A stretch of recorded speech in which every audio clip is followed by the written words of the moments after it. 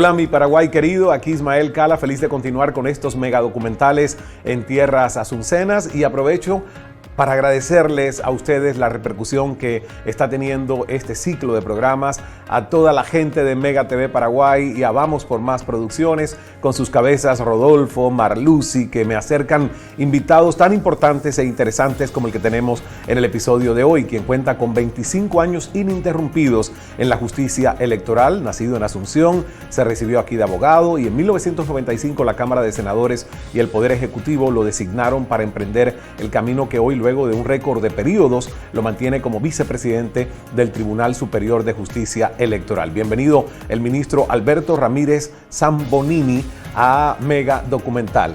Un gusto, un honor, ministro, tenerlo con nosotros para esta conversación. Bueno, igualmente, buenos días para todos y estamos acá. Y estamos vivos. Estamos vivos todavía. Después de una pandemia que es un año, ¿verdad? El 2020, año que ya transitó y estamos en el 2021. ¿Qué aprendió usted con tanta experiencia de vida y tantos procesos que ha vivido de esto que nos ha tocado a nivel global vivir con la pandemia? Y bueno, la cuestión es que nosotros tenemos el protagonismo de tener, nuestra generación vive una pandemia, porque la última fue en el año 1920 con la llamada gripe española, que fue, no sé si similar, pero también se llevó a muchos. Y ahora y cambiaron las costumbres, cambiaron todos los hábitos de, por ejemplo, no pasar mal las manos, las distancias, las cafeterías, los restaurantes, y también los viajes, la hotelería, muchas cosas se modificaron. Muchas cosas se mantuvieron bien y otros incluso dicen que ganaron dinero, pero de cualquier manera afectó a muchos sectores de la economía. Acá en Paraguay, sobre todo la economía formal, se vio muy afectada y sabemos de amigos, empresarios que están pasando muy mal, sabemos de amigos que son empleados que también se quedaron sin empleo, se les redujo el salario y en fin, así están las cosas. Pero como usted dijo, estamos sobreviviendo, hay que aprender a vivir, el virus vino para quedarse, tenemos que saber cómo vivir con el mismo. Claro. Y la esperanza de la vacuna, ¿verdad? Exactamente, y la vacuna se ha hecho en tiempo récord, gracias a la tecnología que hoy el mundo tiene, lo que antes tomaba años, ha tomado solo meses. Una vacuna mínimo 10 años llevaba antes. Exacto. Y hoy 10, en menos de un año se están sacando la vacuna y varias, no una sola. Así es, así es. Cuando usted era niño, ¿con qué soñaba? Porque, por ejemplo, el que quiere ser médico ponía al hermanito y hacía de que era el paciente, el que era veterinario tomaba sus mascotas y ensayaba esa pasión. ¿Con qué soñaba usted cuando era niño? Bueno, yo tenía algunas aspiraciones. Por ejemplo, me gustaba la abogacía, ciertamente, pero también en algún momento quise ser arquitecto y en otro momento aviador. Ah, arquitecto y aviador. Sí. ¿Y por qué entonces se fue finalmente y tuvo más peso? Y por las circunstancias, como que le van llevando a uno de ese lado. Pero luego el tema de ser aviador y el de la arquitectura, ¿de alguna manera se pudieron manifestar como hobbies en su vida? No, la arquitectura me gusta hacer planos, incluso me gustan hacer planos. ¿Le gusta hacer planos y los hace? Los suelo hacer para mis amigos y para lo que sea. Ah, ¿y el tema de la aviación? No, solamente como pasajero. Quedó pendiente, quedó solo como un sueño de niño. Sí. Cuando se decidió a estudiar abogacía, ¿ya sabía a lo que se iba a dedicar especializándose en un área del derecho? Bueno, cuando yo me inicié en la abogacía hace muchísimos años ya, y acá en Paraguay, en otros países puede ser, pero acá en Paraguay el abogado era un poco un todero, hacía de todo. Y poco a poco, con el curso de los años, por supuesto, en los países de Europa, Estados Unidos, había especialidades. Y acá poco a poco fueron especializándose también el tema de la abogacía. Pero al comienzo el abogado hacía de todo, hacía marcas, sacaba presos, hacía de su juicio sucesorio y de todo. ¿Y cuándo comienza entonces usted en el camino de la justicia electoral? ¿Qué lo lleva hacia ahí? Y bueno, y estuve trabajando también en política, ¿verdad? Fui presidente y miembro del Tribunal Electoral de mi partido. Y bueno, y en base a eso fui incursionando en el tema electoral y fui estudiando, analizando, fui siendo protagonista, vamos a decir, en la vereda de enfrente y posteriormente cuando en el año 92 se crea la justicia electoral en la Constitución acá en Paraguay, y en el año 95 se logran acuerdos políticos, los acuerdos de gobernabilidad. Y acá quiero rescatar a dos personas, sin perjuicio, hay muchas otras personas que también habría que mencionarles, pero serían muchas, que fueron los artífices, digamos, del proceso en ese momento. Hay que tener en cuenta que en ese momento nosotros estábamos saliendo de un gobierno autocrático de muchos años, que fue del gobierno de Stroessner, y ahí se logra un acuerdo político en el cual se logra conformar la Corte, la justicia electoral, el padrón, la desafiliación de los militares que estaban todos afiliados a un partido determinado, y el presidente Guasmosi y el doctor Domingo Laíno, que era el presidente del Partido Liberal Radical Auténtico. Entre ambos concretan estos acuerdos de gobernabilidad. Y muy parecido, no parecido, pero sí se puede mencionar y recordar, por ejemplo, otros pactos políticos famosos como el Pacto de la Moncloa de España o el Pacto de Punto Fijo de Venezuela, ¿verdad? Que son momentos así en que la clase política se para y dice, bueno, acá tenemos que ponernos de acuerdo. Y acá los acuerdos fundamentales fueron, en primer lugar, una corte que se hizo muy buena, la corte, luego la justicia electoral, ser un órgano equilibrado. Equilibrado quiere decir que haya representantes de todos los sectores. En ese entonces los dos sectores más importantes, que era el Partido Colorado y el Partido Liberal, y buscar un tercero, digamos, que esté ajeno a los partidos políticos, y así se creó el primer tribunal electoral, que hasta ahora el sobreviviente de ese tribunal soy yo, ¿verdad? 25 años. 25 años. Ahí se hicieron un montón de otras cosas que vamos a ir detallando. Sí. ¿Y qué cree usted que lo hace, como ha dicho, el único sobreviviente en 25 años dentro de ese organismo? Y como estamos diciendo recién acá con Rodolfo, el sol sale cada mañana, pero hay que ganarse la apuesta. Para todo, en todo. Me gusta eso, el sol sale cada mañana, pero hay que ganarse la apuesta. Hay que ganarse la apuesta. Entonces todos los días hay que trabajar. Todos los días hay que trabajar, nada es pequeño, todo es grande, hay que tomar en serio todas las cosas. Yo creo que tiene que también ver con una trayectoria de impecabilidad y de un liderazgo y una influencia y un respeto y una admiración que usted se ha ganado para mantenerse en ese organismo. Ahora, en 1995, que es un cambio y una renovación del padrón electoral, ¿qué implicó ese desafío? Que se inició el proceso en el 92 y pudo finalizar 3 años después, en el 95. Bueno, la primera tarea fue, aparte de organizar, por supuesto, administrativamente el organismo, fue la renovación del padrón, porque había muchas críticas y aparte no era confiable el padrón anterior. Y se hizo un padrón de cero. En 4 meses y medio logramos reinscribir a toda la población con un control mutuo de los partidos políticos, cada inscripto. Y así se conformó un padrón que, con sus pequeñas deficiencias, es uno de los mejores de América Latina en este momento. Eso lo puedo decir porque yo conozco toda América Latina, sí. y aparte fue certificado por la OEA hace unos años, fue certificado por la OEA el padrón como uno de los mejores. Tenemos una consistencia en este momento arriba del 95%. Conste que muchos observadores consideran que una consistencia superior al 80% ya es bueno. Y eso fue uno de los celos que pusimos siempre para la salud del padrón. Espectacular, porque además, leyendo su biografía, he visto cómo ha podido ser observador internacional en procesos electorales en muchos otros países. En varios países y varias veces también. Y hemos visto, hay países que tienen buenos sistemas electorales. Cada sistema electoral tiene que adecuarse a la realidad. Aquí, el primer órgano electoral independiente fue la Corte Electoral del Uruguay, que hasta ahora sí es uno de los mejores de América Latina.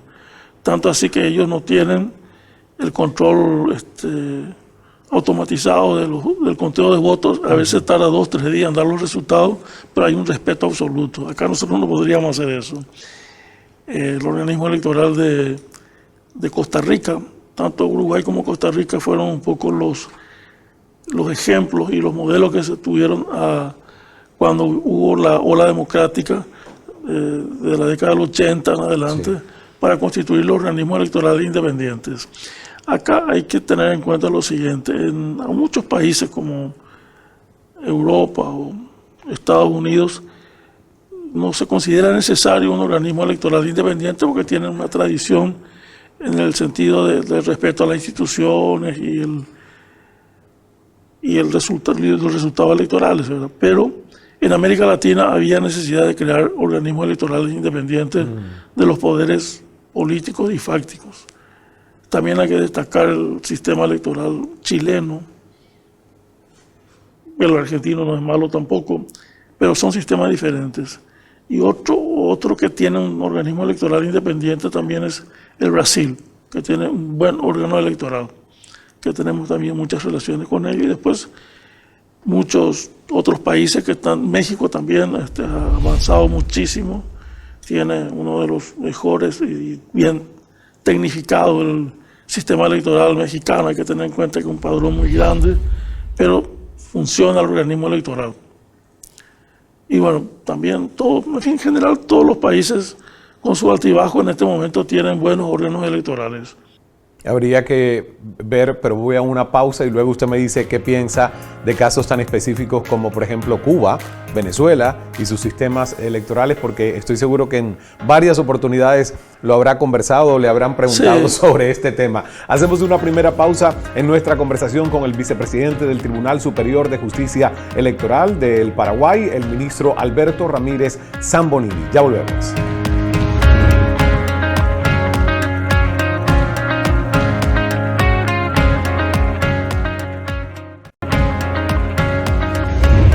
Gracias por continuar con nosotros en este episodio de Mega Documental con Ismael Cala, aquí en Mega TV Paraguay, la mega cadena de comunicación, y estamos conversando con el vicepresidente del Tribunal Superior de Justicia Electoral de Paraguay, el ministro Alberto Ramírez Zambonini. Y dejábamos el tema de su apreciación sobre la solidez, aunque son modelos diferentes de varios de los sistemas electorales en países de América Latina. Ahora, tengo varias preguntas curiosas, porque me surgió la curiosidad porque usted habló de esos otros modelos. ¿Sigue como hobby los procesos electorales en países vecinos, ministro? Sí, permanentemente sigo, y incluso soy invitado, siempre he ido, pero desde hace un año no viajo, ¿verdad? Sí. Por razones, pues, por mi edad y sobre todo por el tema de la pandemia, pero apenas se solucione con la vacuna, vamos a retomar la visita a países amigos que siempre nos invitan, ¿verdad? ¿Y qué opinión le mereció la gran controversia que se produjo ahora en las recientes elecciones de Estados Unidos?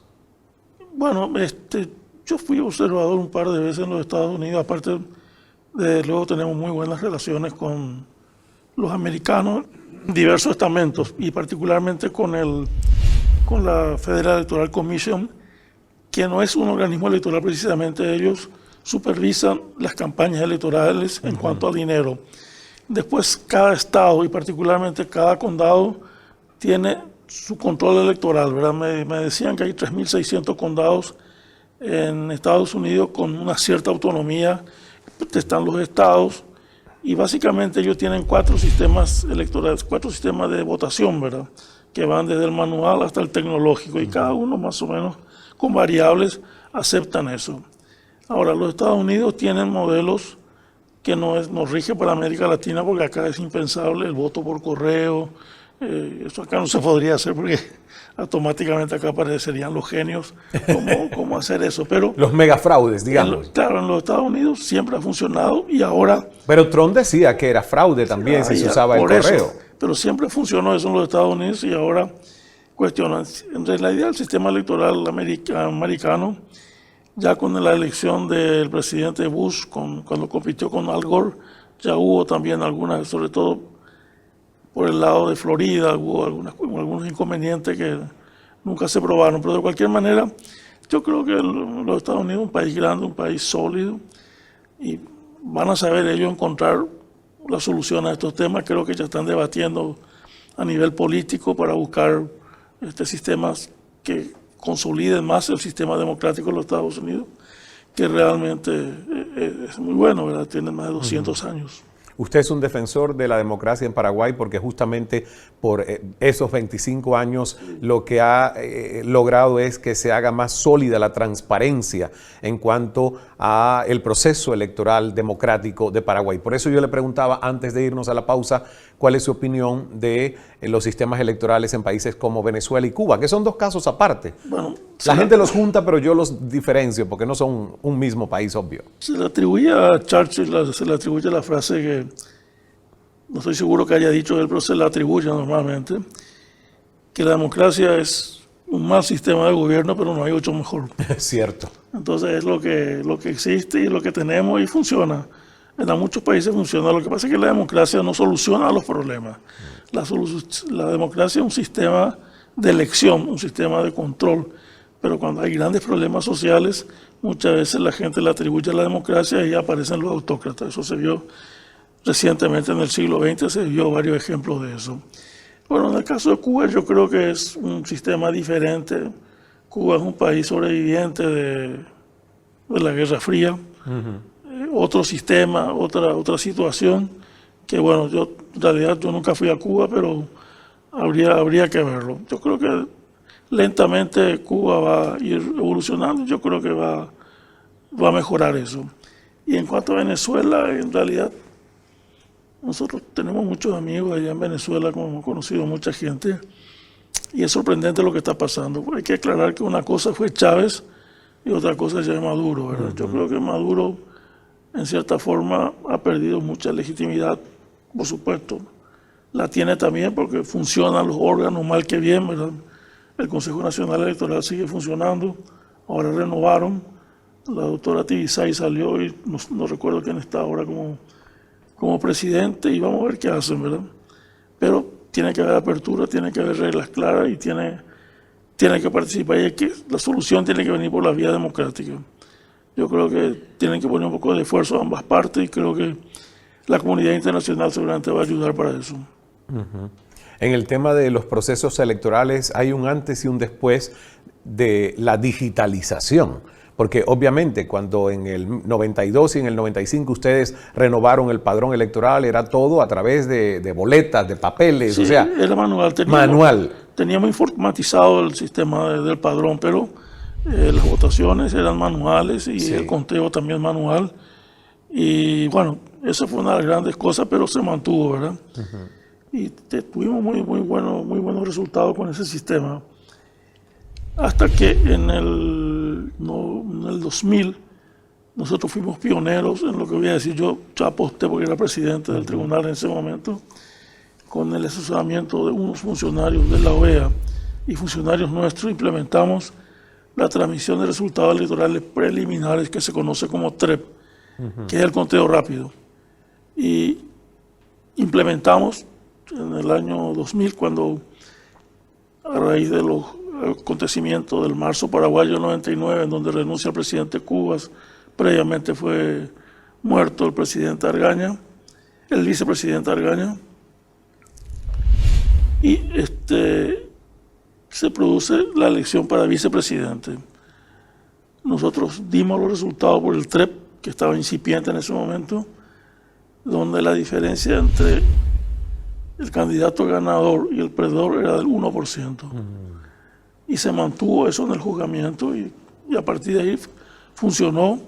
También Colombia en esa época empezaron también a implementar y hoy día prácticamente el TREP es una herramienta que se utiliza en todos los países.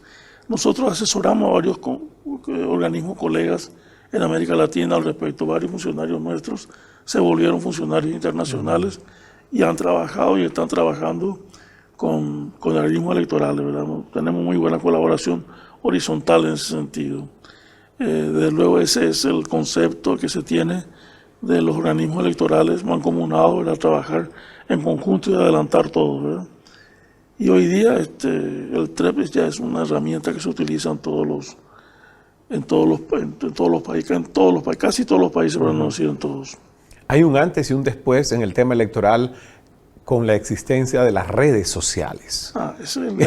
¿Cuál es el desafío? Y apareció concretamente con fuerza en la cuestión electoral hace 5 años. Tanto así que en la elección presidencial de 2018 yo justamente declaré cuando me dijeron eso, que el nuevo actor son las redes sociales. Las redes sociales, como la televisión hace 25 o 30 años en la política, vinieron para quedarse. Así es. Y hay que saber. Y hoy día todos los políticos saben convivir con la televisión. Hace 20 años atrás se asustaban, ¿no? Se les escapaba de las manos. Pero hoy día manejan, cualquier aspirante a concejal sabe manejarse en la televisión. Y con las redes sociales va a pasar lo mismo.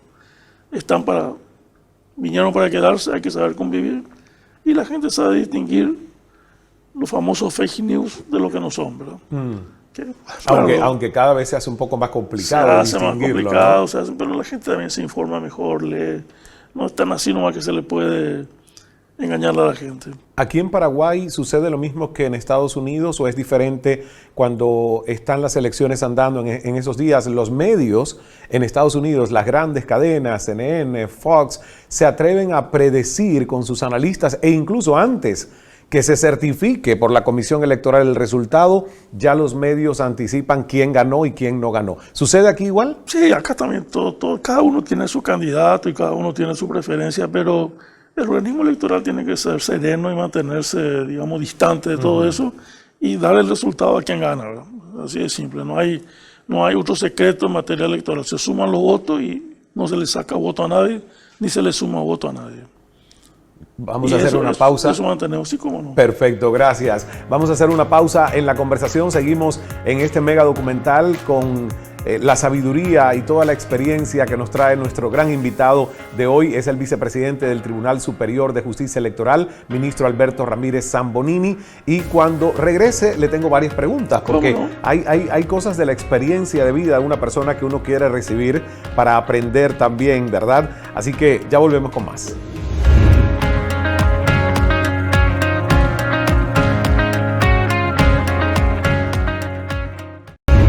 Gracias por estar de regreso con nosotros aquí en Mega Documental con Ismael Cala en Mega TV Paraguay. Estoy conversando con el vicepresidente del Tribunal Superior de Justicia Electorales, el ministro Alberto Ramírez Zambonini, 25 años ininterrumpidos en este organismo. ¿Usted se visualiza, ministro, por cuántos años más en la posición? No, yo voy a estar exactamente 1 año y 1 mes más, porque me jubilo en abril del año que viene. Ah, ya tiene fecha. Me jubilo categóricamente, ya me voy. Y creo que ya están hablando de mi posible reemplazante, me están abriendo ya la sucesión en vida, pero en fin, están trabajando en eso. Y así son las cosas, no hay que enojarse. Bueno, no hay que enojarse porque si usted lo anunció, ¿verdad? Que se va a jubilar, que deje el puesto vacante. Ya está clavado, tiene fecha exacta. ¿Y por qué decidió que ya era tiempo de jubilarse? Porque la ley me impone que a los 75 años uno cesa en el cargo. Ah, o sea, es una jubilación impuesta. Claro, uno ya no puede más firmar, no puede hacer más nada a partir de esa fecha. ¿Y por qué? Y está en la Constitución. Está en la Constitución. Claro. Pues a mí me parece, ¿en qué año se firmó eso como Constitución? En el 92. Pues en el 92 la gente pensaría que a los 75 ya hay incapacidad mental. Claro, y por eso, bueno, pero es así, por ahora es así. Claro. Pues a mí me parece injusto, porque si una persona a los 75, a los 80, a los 85, tiene su mente y su capacidad. Bueno, pero hay que dar también oportunidad a otras personas. Ya creo que el haber cumplido estos años creo que ya es suficiente y yo en lo personal estoy conforme y me gustaría dejar como legado que la institución funcione bien, ¿verdad? Eso es, de luego el colegio. Qué bien eso. No, y es cierto que 25 años en una institución es muchísimo tiempo. Ahora, a mí me preocupa el tema de la jubilación. O sea, yo en lo personal, a mí, si alguien me jubila de algo, yo me activo en otra cosa. ¿Por qué? Porque me preocupa el tema de quedar aislado en casa sin estar activo. Y mentalmente ya estoy activando porque pienso instalar una empresa de opinión pública y asesoramiento. Entonces estoy tranquilo. Ya estoy, en eso estoy. Vamos a seguir hablando sobre eso. Entonces estoy tranquilo porque eso es lo que pienso. Hay muchas personas que cuando se jubilan y van a su casa y dejan de sentirse activos. No, eso no va a pasar. Eso no va. Me encanta eso. Hay que mantener el cerebro activo y ya está el próximo plan y seguramente que la próxima entrevista será sobre ese nuevo ciclo de la empresa. Vamos a estar con eso. Maravilloso, maravilloso. ¿Y cuáles son los 3 grandes aprendizajes a lo mejor como líder que ha tenido en cuanto a mantenerse tanto tiempo fiel a pesar de todas las batallas que ha tenido que enfrentar? O sea, si me tiene que decir 3 lecciones de vida que ha aprendido durante todos estos años, ¿cuáles serían? Bueno, algunas reglas mínimas, por eso que dije, sale el sol, Sí. hay que ganarse la apuesta. Y luego siempre hay que fallar dando la razón al que tiene razón y no al que no tiene razón. ¿Por qué? Porque el que no tiene razón se desenoja rápidamente y el que tiene razón, con justa razón, se queda de por vida con la sangre en el ojo. Y yo creo que hasta ahora hemos actuado así. Y bueno, y después otro día también recibiendo a todos. No hay que dejar de recibir a nadie, hay que atenderle a todos, políticos, abogados, todo lo que necesiten del servicio de la justicia electoral. Y siempre apostando por la innovación y dando, como dicen los franceses, huyendo para adelante, ¿sabes? Dando pasos hacia adelante y apostando también por la juventud. Y tanto así que tenemos un organismo muy sólido en América Latina, ejemplo para muchos procesos. Vienen acá muchos colegas a estudiar con nosotros y también nosotros enviamos representantes. Y me gustaría que visiten un poco nuestras instalaciones, realmente una buena institución pública en el sentido del manejo, cómo funciona todo, ¿verdad? Todo se abre, puerta que se abre, puerta que se arregla, todo, no hay nada que se deja al azar. Me gustaría una visita. Por supuesto. Ya, por supuesto, sería bueno que visite un poquito, esta vez o la próxima vez que venga. Seguramente que estaremos allí, ya es una promesa, un hecho, que visitaremos la sede del tribunal. Y le quiero preguntar, porque dentro de las funciones en campaña electoral está en que los candidatos están obligados por ley a transparentar sus gastos de campaña. ¿Es fácil que esto suceda? ¿Qué tan transparentes son estos procesos aquí? Nosotros tenemos 3 desafíos para el próximo proceso electoral. Si bien son municipales y está bien que sea así, vamos a decir, probar con las municipales. Uno es la automatización del voto con las máquinas. 2 es el desbloqueo de listas que se utiliza en varios países y ahora se implementa acá, con una salvedad que la preferencia es obligatoria y eso vamos a ver cómo resulta. Y en tercer lugar, el tema del financiamiento político. Las cuentas tienen que ser, en Colombia le llaman cuentas claras y así, en fin. Todos los países están implementando el control de los gastos que se utilizan en la política. El país pionero en este sentido fue los Estados Unidos, que ellos tienen otro sistema porque hay muchos aportes individuales, otro tipo de sistema de financiamiento, pero acá una parte del financiamiento es estatal.